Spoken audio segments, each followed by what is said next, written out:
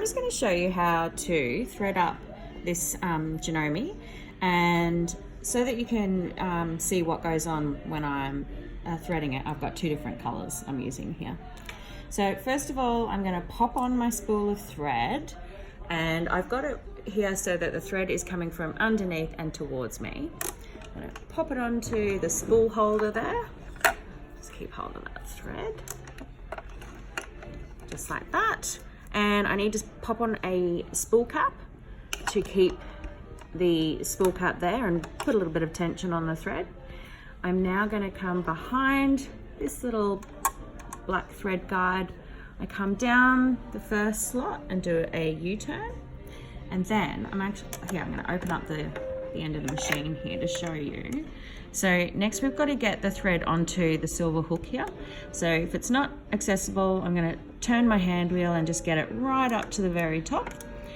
And I hold my thread like it is dental floss, so that then I can come in from the right hand side and pull the thread forward to the front of the hook. And take a look here, see how, so the hook opens at the back, but the thread needs to sit right at the front in that little round hole. Okay. So then continuing on, I go back down that slot. There's one little thread guide at the top of the needle, and zoom in and have a look at him, he's really cute. See? Look, he's got two screws for eyes and his little mouth and a little funny hat. Yum, yum, yum, yum. He eats the thread. Okay, sorry. Then now I've got to thread up my needle. So my hot tip is cut your thread on an angle so that your thread gets a little point to it. So there we go, snipping it up. It's not going to work if it's got a fuzzy end and needs a haircut. Lift your needle up to its highest position.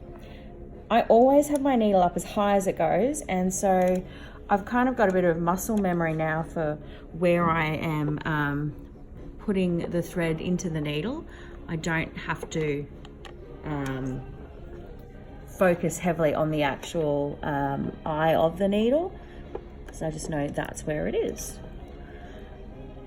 I'm just going to pull my thread through, make sure it doesn't get looped up anywhere as it goes around. Okay, so that's the top thread good to go. Now we're going to pop in the bobbin thread. So this is just a top loading style. There's even a little cheat sheet on the bobbin window telling me how the thread needs to flow, and it's got to flow anti-clockwise. Or another great way to remember this is the thread coming off the bobbin, it needs to look like the perfect letter P. If you've got a Q, it's back to front. Needs to be a P. So I drop in my bobbin, and I'm going to pop my finger on it to keep it in place as I scoot the thread underneath that one little guide that's down in the bobbin housing. Next, I need my bobbin thread to come up through that hole underneath where the needle goes down. So I'm going to hold on to the thread coming off the needle only. And this is why I popped in two different coloured threads to really show this to you. So I'm holding my thread coming off the needle only.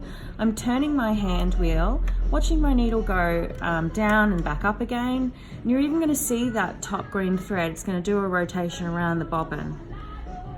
So there we go. It's as soon as the thread's all the way around, starting to head back behind the bobbin, I just pull on that thread I'm holding. I'm completely leaving the bobbin thread alone at the moment, and then come and have a little look here. So it's bored up, it's like lassoed up for me, the bobbin thread. I can just pull it through now.